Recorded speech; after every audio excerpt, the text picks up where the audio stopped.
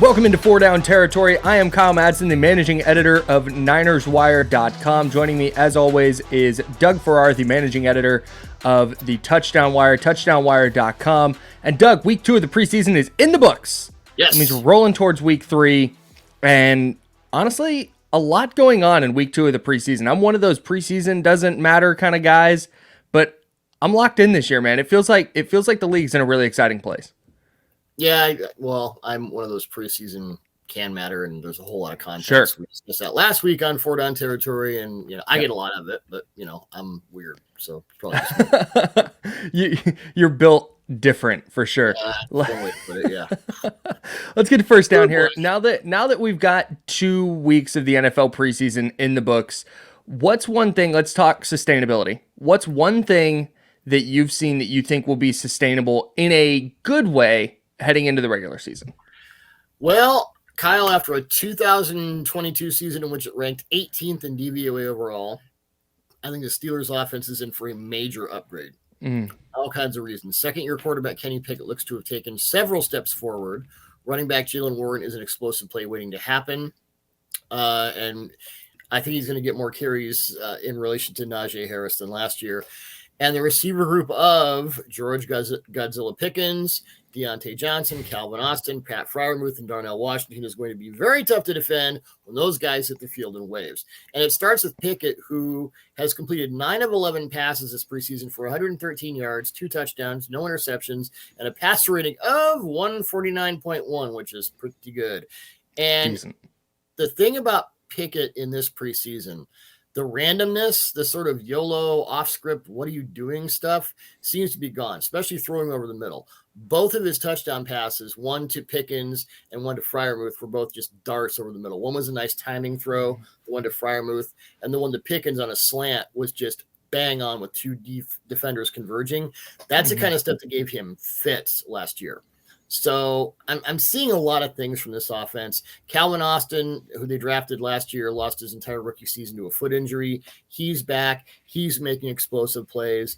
And as long as Matt Canada can, sort of graduate to the second and third levels of the field, they went 9-8 and missed the playoffs last season with that very ordinary offense. You got Mike Tomlin. You got a defense. I mean, we all know that. I think the Steelers are a team to watch out for. The more I watch their offense this preseason, and these are with the starters against starters, I'm like, yeah, this is a different Steelers team. And they're not ordinarily known for explosive downfield stuff. I think this is the year it could happen. Yeah, I'm going to stay on the offensive side here. I think the Jaguars are going to take over the world. And they were 9th in total DVOA. They were 9th in total DVOA last year on offense, but they were 6th in passing DVOA and 20th in rush DVOA. And what Tank Bigsby has done in the preseason to me is what's going to, I think, be sustainable from the preseason. But then you just watch their offense as a whole. They've scored 53 points in the 2 games. I think that's a product of A, depth, and B, what Doug Peterson is doing for that team. And then you've got Calvin Ridley, who's apparently just wide receiver Thanos. So you have a legit wide receiver 1 to pair with Christian Kirk. You add Bigsby to the backfield with Travis Etienne. I think you're going to see a leap from Trevor Lawrence. And all of a sudden, this Jaguars offense that's going to average, almost 30 points a game in the preseason might just be doing that come the regular season. Like, I know that the Jags have been on this ascension for a while, but when you watch them in the preseason, they look so crisp and they look like a team that is going to take a collective leap this year, just kind of up and down their roster. And I think it's going to be driven by an offense. It's going to be one of the 2 or 3 best in the league. So are you saying that Bigsby breaks your rule of ordinary size guys named Tank being ordinary? 1,000%. You flipped your whole mindset here. This is yeah. Great. I'm going to go exception that proves the rule. Okay. I'm gonna go with that. No, Tank can play, man. He is a very, very good player, and I think he just offers a little bit of something that ETN doesn't at this point as a runner, and I think it's going to be huge for them. He's the thunder to ETN's lightning, which is great. And they needed that. The other thing, and with Ridley coming back from the suspension, which don't get me started on that. Hi, we're the NFL. We're all in bed with gambling, so we're going to bust our players for really stupid stuff. Ridley allows them to do what they needed to do last year and couldn't, which is push everyone one down the receiver depth chart. Yes. Kirk was the most prolific slot receiver in the NFL last year, but he's really more a Z and a slot. He's not an X ISO guy. Ridley is. So now it's like everything is right with the world in that receiver depth chart. I want to see Lawrence handle things under pressure a bit better than he did. But really, when you consider the stuff he had to go through in his rookie season with Urban frickin' Meyer, essentially last year was his rookie season. So I'm not, I've seen enough development to think, yeah, he's, I did my quarterback rankings last week and he was 7th. He could, at the 7th of the bullet, he's coming up. So yeah, I think the Jaguars are definitely for real. Let's talk about maybe some things that haven't been as good in the preseason. What are you seeing in these exhibition games that hasn't been good that you think might continue to not be good in the regular season? The Panthers pass blocking, not great, guys. Tough. This really group has allowed 5 sacks, 5 quarterback hits, and 17 quarterback hurries per Pro Football Focus in 2 preseason games, and the extent to which this is on the starters is the real problem. We have to start with left tackle Ike Ekwonu, selected with the 6th overall pick in the 2022 draft. And you go back to his tape at North Carolina State, and he was always more of a power guy and a mauler and a drive blocker and gap than a true pass protector. But he reminds me of Orlando Brown, and not in a good way. Is that Orlando Brown is great as long as he's got the guy in front of him, but once that guy runs around the arc, he gets lost. And I'm seeing the same thing from Ekwonu.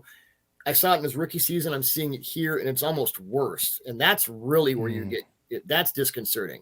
When a guy in his second year looks worse than he did in his first year, if there's an injury, which I don't know about, that's a different story. But he's been, really vulnerable to that. And it's shown up a lot. He's not the only one. Michael Jordan, not that Michael Jordan, allowed 2 sacks against the Jets in week 1, one at right guard, one at right tackle. So I guess versatility is what you want. Cameron Irving continues to underwhelm. This team hired Frank Reich and traded up a lot to select Bryce Young first overall to give that offense several shots in the arm. But if Young is under duress as much as he's been in the preseason, none of it's going to matter. And that whole thing is just going to fall apart. Do you think it's something that they can fix through game planning, where you can move the pocket a little bit, maybe you get the run game going and try and slow down pass rushes that way? Well, you can move the pocket when, 1 or 2 offensive linemen are the problem. If you move the pocket and everyone's blocking horribly, then you're just, okay, let's run boot. Oh, no, wait, you've seen this. Mike McGlinchey, the 49ers right tackle, he's a good player, not great. And there were times when, because Shanahan runs boot right all the time. And there were times when that would run you right into McGlinchey getting beaten for a sack and the quarterback's right there. And, oh, goody, bonus. Yeah. I would expect a lot of quick passing. Let's put it that way. One step drop and go. Heavy RPO offense. A lot of mesh. Just get rid of the ball because, you're talking already about fixing it through game planning. That's not where you want to be with your offensive line. Kyle, you have a surprising answer, which I'll ask a question after. But this is intriguing and possibly very distressing for your hometown team. Yeah, so I'm gonna stick with something for the 49ers here. I think they might have a little bit of a problem on defense. And that's not to say they're gonna have a bottom 5 defense or something crazy like that. But it wouldn't be a huge shock if in year 1 under Steve Wilkes they took a little bit of a step back, especially early. And the thing that sticks out to me is in 2 preseason games, they've allowed 280 rushing yards, 285 rushing yards, that is, on 60 carries. So it's 4 3/4 yards per carry, almost 5 a pop. And the Niners last season, they had the best run defense in the league, and that was despite some injuries in the front, and they kind of figured it out and they pieced it together. And it's also worth noting, Dre Greenlaw hasn't played. Fred Warner's only played 1 series. They haven't been running their starters out there a lot. But this is a 49ers defense. It's built front to back. They want to dominate on the defensive line, and doing that helps everybody in the second level and then in the third level. That's how they want to dominate. Well, on their defensive line right now, every backup they have is getting chewed up on the interior. They have not been able to stop the run there. There's been a competition for the starting edge job opposite Nick Bosa, who has still not signed a contract as of Monday morning. As of right now. As we speak.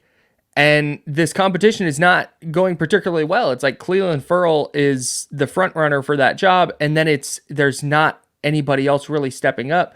And so you start to look at a 49ers defense that has thrived because of depth on its defensive line over the last 4 or 5 years, and they don't have that this year. And so part of me watches this team in the preseason. I'm going, I know it's vanilla. I know they're not game planning. I know it's not a lot of starters, but this is a team that has relied a lot on non-starters over the last couple of years, and those guys are getting pushed around a lot. So it wouldn't shock me if the Niners defense takes a step back. Well, this is not to impugn Steve Wilkes, who's been a defensive coordinator in the NFL for a long time. But the thing I noticed about the Niners defense last year and being up in Seattle, I watched it a lot. I mean, the job DeMeco Ryans did, there's a reason the Texans gave him their head coaching. Unbelievable, man. And it wasn't really, I mean, they did some overload stuff and they would flip coverages, but it was, 4 on the floor, nickel, quarters. You kind of knew what you were getting.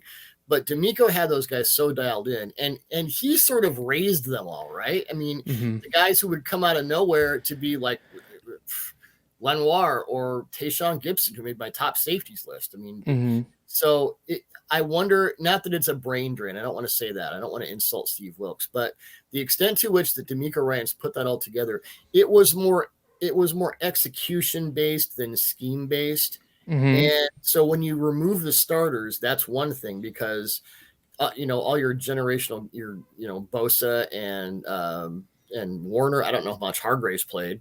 Probably not a lot. It's one series. They gave him the gross national product of France to sign with him because he's awesome. Right. But, the fact that it's execution based instead of 5 different crazy schemes,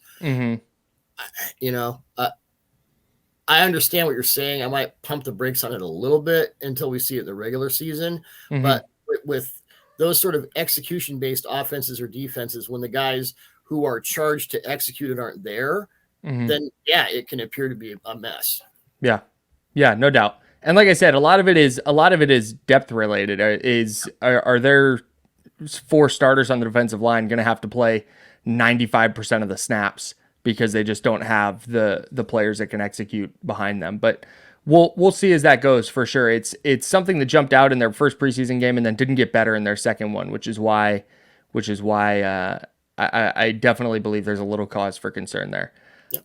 Let's move on to third down here. Which preseason players impressed you the most in week 2, but maybe not who you expected to be impressed by? Who jumped out that just got themselves on your radar in week 2? Well, I'll start with Raiders quarterback Aiden O'Connell, who's like a completely different guy than the one we saw at Purdue. Wild, man. 4th round, I believe. Where are these deep balls coming from? Last season for the Boilermakers, he completed 1 deep pass, 20 or more air yards on 2 attempts for 27 yards. In 2 NFL preseason games, here he has 6 deep attempts, completing 3 for 83 yards. Wow. And he's really more comfortable with the deep ball, getting the ball, in rhythm, reading defense, getting it to the intermediate and deep levels in a way that I didn't see. So you look at his stats and it's great, but you're thinking, if you watched him in college, captain check down. Not at all. Yeah. He's been smart, efficient, and cool under pressure. And you and I both know that when you're leaning on a healthy Jimmy Garoppolo, your backup had better be ready. And I think O'Connell just might be. Another guy I didn't really expect. Well, when I watched Carl Brooks of Bowling Green in this draft analysis process, I loved him because you don't see a lot of 300-pound guys winning as an edge rusher. But he had 7 sacks and 53 pressures from the edge. He did that a lot. So the Packers select him in the 6th round. They put him all over the line in 2 games, and he's responded very well with 2 hits and 2 hurries against the Bengals and Patriots and 48 pass rushing reps. He's been getting a lot of his pressures as a 3-tech, a lot of just disruption against double teams included. But watch out for this guy wherever he's in line because, and the 49ers do this a lot, so you've seen this. The guy who can line up all over the place in today's NFL, that's the one you want. That's the guy who's going to get regular season snaps. So Carl Brooks, file that name away, Packers fans. Speaking of edge, I originally pegged Wisconsin edge rusher Nick Herbig as kind of an effort guy who popped up on tape from time to time. But based on his work with the Steelers through 2 preseason games, I've had to alter that view. He has been an absolute terror off the edge with 2 sacks against the Buccaneers and another against the Bills. And he gave Buffalo starting tackles all kinds of problems last Saturday. He has the kind of speed around the arc and bend to turn blockers around that could make him a major force in the line that already has TJ Watt and Alex Highsmith ready to go nuclear. And Watt has already been showing his fellow Wisconsin alum the tricks of the trade, and it shows up on tape. So I think the Steelers are now going after Wisconsin edge rushers where they used to go after MAC receivers in the 3rd round. They have a type definitely working rooting for them. I'll finish with Lions cornerback, rookie UDFA cornerback, Steven, not Stephon Gilmore, the younger brother of the 5-time Pro Bowler. Not with the same fanfare, UDFA from Marshall as opposed to 10th overall pick from South Carolina, I believe. But against the Jaguars, he had an interception, a nice pass breakup. That Lions secondary is in a little bit of flux. Kid could make the team. You never know. So those are my guys that stood out in the preseason. Kyle, what about you? I've got a couple individuals here, but I want to go with the Texans offense just kind of as a whole first, because I love what they did for CJ Stroud, whose debut was a mess. He was under pressure. He's going 2 of 4. He throws a pick, but in this past week, in week 2, they stalled out on their first drive because of a blown blocking assignment and then a mix-up with Stroud and his tight end on what would have been a touchdown. But then after that series, they came back, they dialed up some easy throws for him. They got him out of the pocket on a bootleg. He made a good throw on the move there. And then they got their run game going with Damian Pierce. And all of a sudden, this offense, this first-team offense that looked disastrous and like they might not score a point in week 1, comes back in week 2, and the pieces start to make sense, and you kind of start to see what the picture is going to look like, or what they want the picture to look like. Not that that's going to happen this year. They're still a couple players away on that side of the ball, but you see the direction. And I thought that was just such a dramatic improvement from week 1 that I wanted to highlight them as a unit here, because I really liked what they did against Miami. Now, a couple individuals to shout out here. Eagles running back Trey Sermon, who went for 54 yards and a touchdown on 5 carries. He's a former third-round pick of the Niners. He looked elusive. He looked patient. He had an explosive run on a 32-yard touchdown. Just looked like a different player than the one who hasn't been able to carve out any kind of real role through his first 2 NFL seasons. So love to see that for Trey Sermon. He's also returning kicks for Philly, and it would be really cool to see the former third-round pick carve out a real role for a good team this year, and he appears to be doing that. And then Skylar Thompson for the Dolphins, their quarterback, goes 15 of 22 for 157 yards and 3 touchdowns. That stat line becomes even more impressive when you watch his first 2 drives. It was a mess. Yeah. But as he started getting comfortable, it starts to look like a player who, hey man, if Tua is out for 2-3 weeks, Skylar Thompson can come in and run this offense. It's a little bit 49ers-ish in that there's so much speed and there's so much explosiveness and there's so much creativity. They don't need that much from the quarterback position. And Skylar Thompson looked super comfortable. And like I said, he threw for the 3 touchdowns. So Miami's in a pretty good spot with their backup quarterback situation. And I think Skylar Thompson is a capable player in that Mike McDaniel offense. Yeah, well, I mean, he was kind of thrown into the fire when Tua concussions caught up to him last year. He was in the playoff game, you know, but he was a 7th-round rookie. It's interesting. And the thing about Stroud, just a ball placement ninja.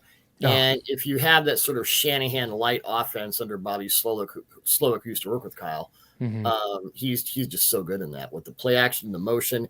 His college numbers with play action and motion were just insane. Like 17 touchdowns, 1 interception, 18 touchdowns, 2 interceptions. So yeah, it was nice to see Stroud, who was my QB1 in this process, look more like he looks. Yeah. Very much looked more like CJ Stroud in week 2 than he did in week 1. So let's look ahead to the final week of the preseason. What are you looking forward to the most? Kyle, I'm looking forward to Aaron Rodgers starting his first game with the Jets and probably getting an Ayurvedic cleanse right on the field. Gross. I want to see what version of Rodgers the Jets traded for, because in his final season with the Packers, he completed, 64.6% of his passes. That's his 5th lowest completion rate over his career as a starter. 3rd lowest touchdown rate, 4th highest interception rate, lowest adjusted net yards per attempt, and his lowest passer rating. Now, there was the thumb injury. I think that was in week 5, the London game. But the splits before and after weren't really that different. So is it he's, I'm a man, I'm 40. This is 40, all the 40 jokes. I'm interested to see, kind of where he is. He wasn't in an offense he was happy with last year. Everyone, we know that.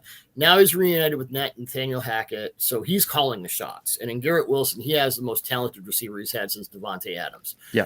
So he gets his first start against the Giants, and Wink Martindale, their DC, this. He will throw cover 0 blitzes at you in the preseason because he does not care. He's throwing F-bombs at referees in week 2 of the preseason. I love Wink. Yeah. He's he's that kind of guy. So this is as close to regular season game speed for Rodgers as we could possibly hope for. And, you know, with the hard knocks and all the personality stuff and whatever, I'm highly intrigued to see how much of that offense we see and how much of peak Aaron Rodgers we see. Mm-hmm. I think that's probably the right answer, just objectively. I think the Rodgers thing is the right answer. Like, this is a league-altering move that happened this offseason, and whether the Rodgers with the Jets thing works out, it becomes one of the great stories in the NFL. If it doesn't, it becomes one of the great stories in the NFL for the opposite reason. But either way, his debut against the Giants at MetLife Stadium, it feels like a little bit of a moment in NFL history, whether, like I said, it turns out for the better or for the worse. But I'm going to stay in this vein, and I'm going to say I'm looking forward to seeing if Jordan Love can finish this preseason with a bang. Yeah. There's still some signs of inexperience there for sure with him. I think some of his decision making has been a little questionable at times. He panics under pressure a little bit, but you see him grow within the game, and you see the signs of what the Packers liked when they drafted him in the first round. So I would like to see him improve a little bit more in week 3 of the preseason. I'm looking forward to see if he maybe plays like a full half and really let him get rolling with that offense. I'm excited for the Packers this year. I'm excited for Jordan Love, and I want to see what that looks like in the final week of the preseason. I like the confidence I've seen this preseason. I like the mobility. I like the, you know, just the mindset to turn it loose. And maybe it was just having Aaron Rodgers out of the building, because, you know, I know when Jalen Hurts was named the starter, like, okay, you don't have to compete with anyone. You're the guy. Mm-hmm. And a switch just went off in his head, and that's kind of what he's going to become, him, all caps. And maybe Love is that same kind of dude. Yeah, I'm sure hoping so. He's an exciting young player for sure. Well, Doug, we have one more week of preseason football, and then we get to actually dive into the real thing. I cannot wait to get into it with you. Thanks so much, everybody, for watching. Make sure to tune in next week. We will have a preseason recap here on 4 Down Territory. Doug, thanks so much, man. Thanks, everyone.